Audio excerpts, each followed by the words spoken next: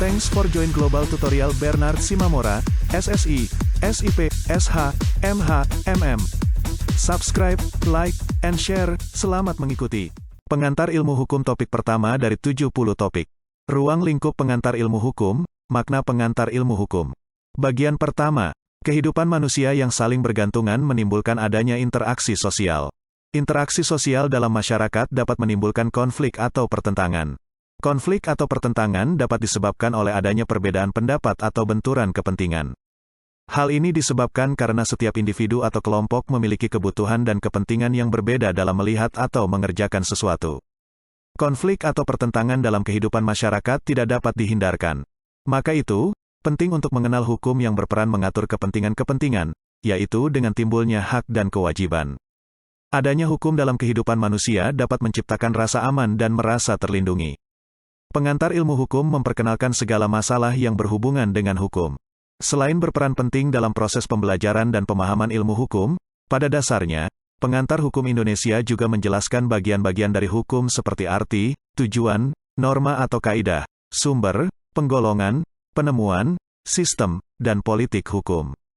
Tidak hanya bagian dari hukum, melainkan jenis-jenis hukum yang berlaku di Indonesia. Istilah pengantar ilmu hukum pertama kali digunakan di Indonesia, yaitu ketika Perguruan Tinggi Gadjah Mada didirikan di Yogyakarta pada tanggal 13 Maret tahun 1946. Istilah ini merupakan terjemahan langsung dari mata kuliah Inleiding tot de Rechtswetenschap, yang diberikan di Rechtshogeschool, RHS, atau Sekolah Tinggi Hukum di Batavia pada zaman Hindia Belanda, yang didirikan pada tahun 1924. Selanjutnya, istilah pengantar ilmu hukum ikut digunakan oleh perguruan tinggi lainnya di Indonesia. Universitas Indonesia mulai menggunakan istilah pengantar ilmu hukum pada tahun 1950. Lalu Universitas Padjadjaran mulai menggunakan istilah pengantar ilmu hukum pada tahun 1957.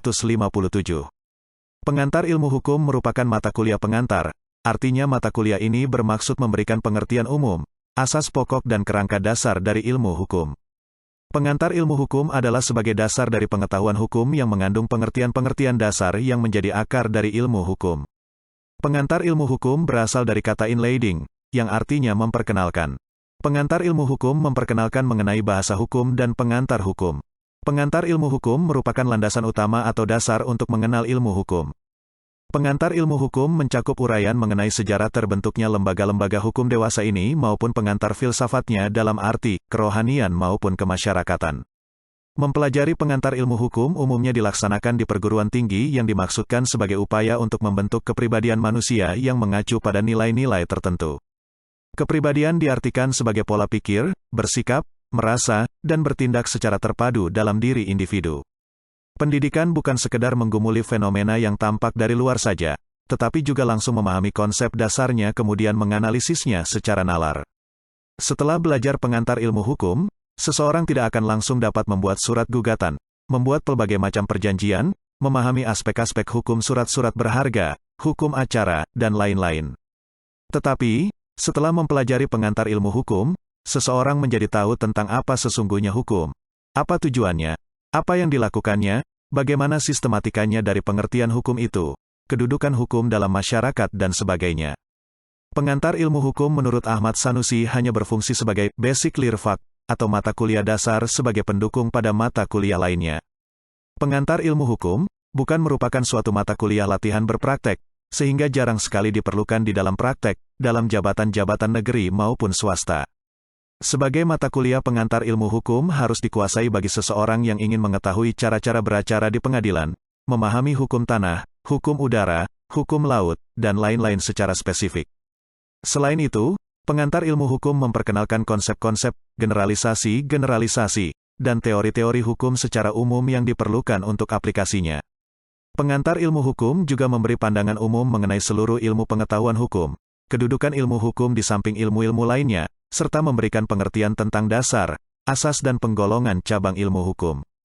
Pengantar ilmu hukum sebagai cabang dari ilmu pengetahuan harus memperhatikan prasyarat pokok, yaitu logis, sistematis dan metodis, sehingga dapat diuji kebenarannya. Hal ini disebabkan dalam ilmu hukum terdapat ratio scripta, yaitu suatu penggambaran terhadap sesuatu gejala hukum melalui alur berpikir secara 1. Rasional, logis. 2. Suatu pemaparan yang runtut, sistematis.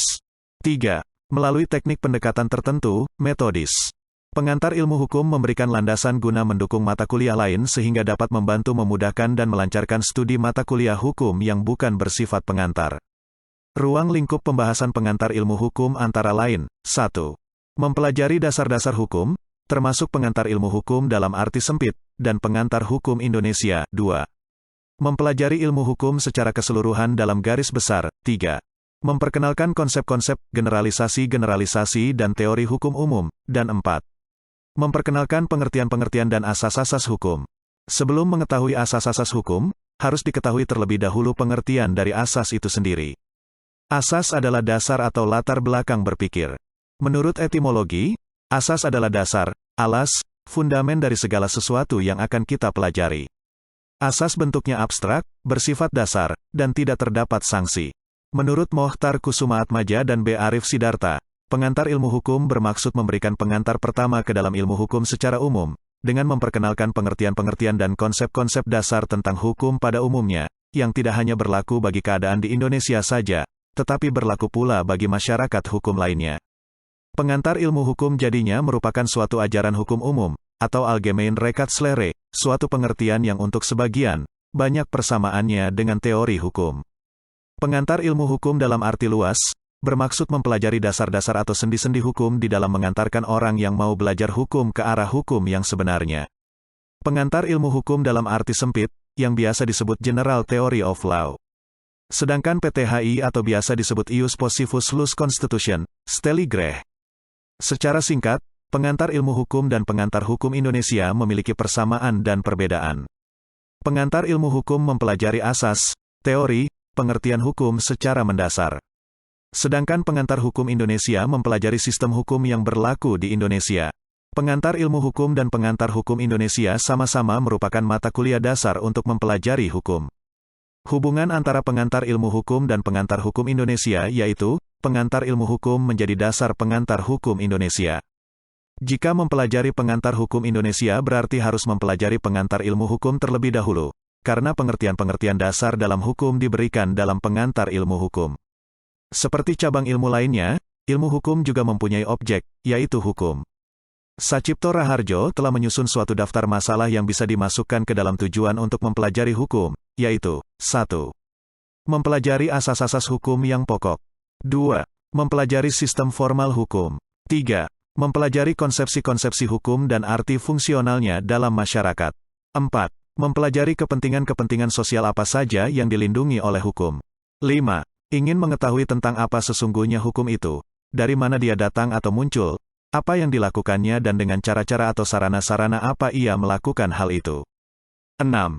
Mempelajari tentang apakah keadilan itu dan bagaimana ia diwujudkan dalam hukum. 7. Mempelajari tentang perkembangan hukum, apakah hukum itu sejak dahulu sama dengan yang kita kenal sekarang ini.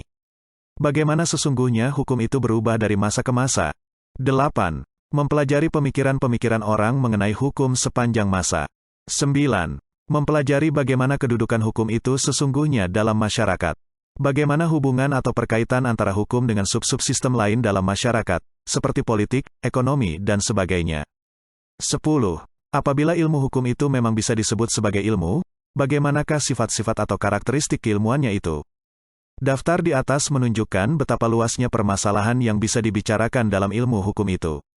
Ilmu hukum itu tidak hanya berurusan dengan peraturan perundang-undangan belaka. Ilmu hukum juga mengajukan pertanyaan-pertanyaan filsafat, seperti tercermin pada usahanya untuk menukik ke dalam pembicaraan mengenai hakikat dan asal-usul hukum, pada pembicaraannya mengenai hubungan antara hukum dengan kekuasaan, hubungan antara hukum dengan keadilan dan sebagainya. Bagi seseorang yang berhasrat untuk mengetahui tentang hukum secara mendalam, tak dapat diabaikan pula perlunya pengetahuan tentang bagaimana perkembangan hukum itu dari masa-masa yang lalu sampai sekarang. Pengetahuan kesejarahan yang demikian menjelaskan kepada kita tentang fungsi-fungsi apa yang dilakukan oleh hukum pada masa atau tingkat peradaban tertentu dari umat manusia.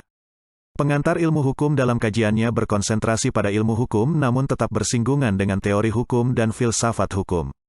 Ruang lingkup pengantar ilmu hukum sangat luas. Oleh karena itu pengkajian terhadap hukum dalam berbagai aspek perlu dipelajari secara interdisipliner, universal dan fenomenal. Maksud dari interdisipliner adalah karena yang ingin dipelajari dalam hukum itu sangat luas, maka agar hasilnya baik membutuhkan bantuan dari disiplin ilmu yang lain. Maksud dari universal adalah karena hukum melampaui batas-batas suatu negara, sedangkan maksud dari fenomenal adalah karena hukum mempelajari fenomena-fenomena nyata dalam kehidupan masyarakat. Berdasarkan maksud dari pengantar ilmu hukum yang telah dijelaskan, maka sendi-sendi dasar yang menjadi fokus kajian pengantar ilmu hukum yaitu 1. Pengertian. Istilah ilmu berasal dari kata science. Ilmu memiliki 3 dimensi, yaitu a. Sebagai masyarakat, ilmu menampakkan diri sebagai kehidupan yang didasarkan pada norma-norma keilmuan. b. Proses atau kegiatan, ilmu terlihat pada kegiatan penelitian. c. Produk, ilmu terlihat pada ditemukannya teori, hukum, dalil, dan lain-lain. 2. Kerangka. 3. Asas-asasnya. Jika ilmu diartikan sebagai produk, yang berupa teori, dan teori itu berasal dari hasil penalaran atau pemikiran intelek, maka ilmu hukum dapat disebut disiplin hukum. Disiplin adalah sistem ajaran tentang kenyataan yang mencakup disiplin preskriptif dan disiplin analitis. Disiplin preskriptif adalah menyorot sesuatu, objek, yang dicita-citakan atau yang seharusnya, sedangkan disiplin analitis menyorot sesuatu, objek, sebagai kenyataan. Atas dasar itulah maka terdapat 2 disiplin hukum yaitu disiplin preskriptif dan disiplin analitis. Hukum yang dirumuskan dalam undang-undang merupakan hukum dalam norma atau kaedah, yang di dalamnya memuat sesuatu yang dicita-citakan. Sebaliknya hukum adat merupakan bentuk kebiasaan yang hidup dalam masyarakat, merupakan kenyataan atau realitas hukum. Pengertian ilmu hukum terbagi dalam 2 yaitu, 1. Ilmu hukum dalam arti luas, yaitu ilmu yang mencakup dan membicarakan segala hal yang berhubungan dengan hukum yang bertujuan untuk memperoleh pengetahuan tentang segala hal dan semua seluk-beluk mengenai hukum. Itu menurut Sacipto Raharjo. 2. Ilmu hukum dalam arti sempit, yaitu ilmu yang mempelajari makna objektif tata hukum positif yang disebut dogmatik hukum, ajaran hukum, itu menurut Radbruch. Itulah materi topik pertama pengantar ilmu hukum. Channel ini akan sangat membantu masyarakat umum dan para mahasiswa di perguruan tinggi manapun di Indonesia. Ratusan video tutorial S1 Ilmu Hukum, S1 Ilmu Pemerintahan, S1 Ilmu Komunikasi, S1 Ilmu Manajemen, S1 Ilmu Administrasi dan lainnya disajikan di channel. Video tutorial dituturkan dan disubtitelkan agar dapat ditonton, dibaca sambil didengarkan. Jangan khawatir jika tidak langsung paham. Untuk pemahaman yang lebih baik, putar dan dengarkan video tutorial berulang-ulang. Subscribe dan like, agar Anda mendapatkan update tutorial lainnya. Bagikan juga link video ini, agar teman lain juga mendapatkan manfaat channel ini. Sampai jumpa.